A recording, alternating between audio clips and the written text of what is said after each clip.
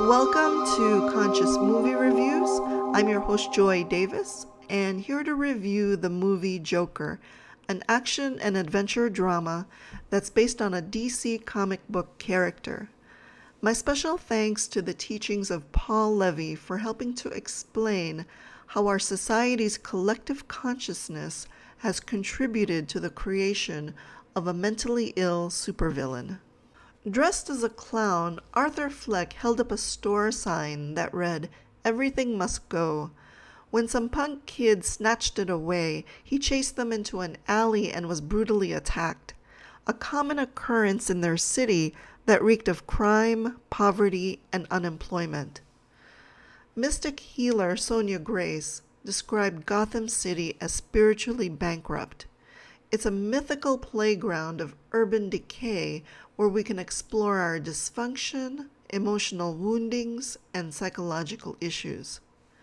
The "Everything Must Go" sign was more like a prophetic message. What's about to go is every bit of his sanity and goodness. Arthur cared for his ailing mother, Penny, within a rundown apartment complex. He earned money as a clown for hire while pursuing a career in stand-up comedy. They were part of the city's disenfranchised. Due to a disorder, Arthur would break out in uncontrollable fits of laughter that was socially inappropriate. He enrolled in a social services program to receive 7 kinds of medication and counseling for his mental illness. Just like a hyena, Arthur grinned a lot and laughed in a maniacal way. They made that sound from being frustrated in social conflicts. His smile, though forced, was self-soothing for him. Since childhood, Arthur's mother encouraged him to put on a happy face. He did that as a clown, a disguise for his inner pain. And by doing stand-up comedy, it was a means for him to bring laughter into their cold, dark world. Like many comedians, they mix comedy with tragedy as social critics, with underlying feelings of unhappiness. When Arthur and his mother tuned in to watch talk show host Murray Franklin, he imagined getting the host's attention as an audience member to have an endearing exchange between them. After meeting Sophie, a single mother within his apartment complex, Arthur became infatuated with her. He would see them dating that progressed into a meaningful relationship, but only in his mind as delusions. Originally, the Joker character was criminally insane. This current film deviates from that to present him as mentally insane. It raises the question of why America keeps exporting mental illness around the world.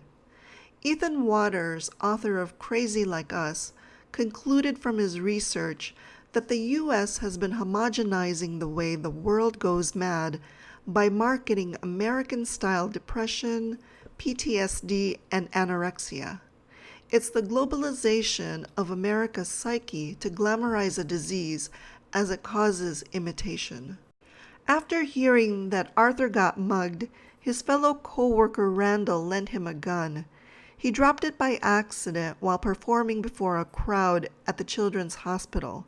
The complaints received and Randall's claim that Arthur bought the gun led to his immediate firing.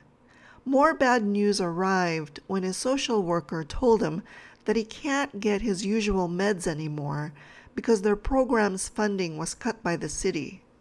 While riding the train that evening, Arthur drew the attention of 3 drunken businessmen of Wayne Enterprises with his maniacal laugh after witnessing them harass a woman with fries. He shot 2 of them out of self-defense, then executed the 3rd. He ran from the station to hide in a bathroom and do a slow dance. Because these killings were done in a subway, it's arising from a dark place within him. For those who feel victimized, using a gun is a shortcut to feeling powerful. The men acted like small fry with their frivolous and bothersome behavior. The sinuous dance in the bathroom symbolized Arthur's initiatory dance of power As a serpentine-like energy moves through his being, he is reborn with an alter ego. In the news, mayoral candidate Thomas Wayne spoke out about the subway murders. He called the clown a coward, condemning his act as part of an anti-rich sentiment in Gotham City by those who are envious of the more fortunate. Many felt so incensed by his remarks that a clown movement was organized in response. The media took sides to either demonize Arthur or laud him as a hero. Taking a quote from Robert Kennedy, every society gets the kind of criminal it deserves. When we feel troubled from watching the Joker movie, we see ourselves as separate, but we're not. He's a reflection of our collective pathology. According to Paul Levy, a pioneer in the field of spiritual emergence, he teaches that we're all having a mass shared dream. We're all dreaming up this pathology of madness within the collective psyche. It's our co-creation made manifest into 3D reality. Levy adds that the only person to blame is ourselves. We're all complicit.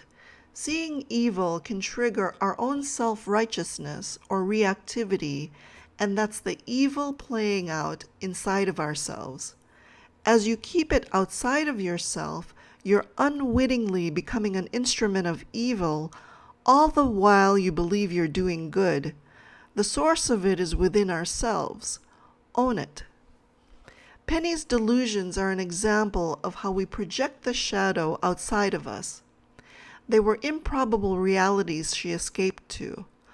Arthur bought into her story that his father is Thomas Wayne from a past affair until he read her file at the Arkham Asylum.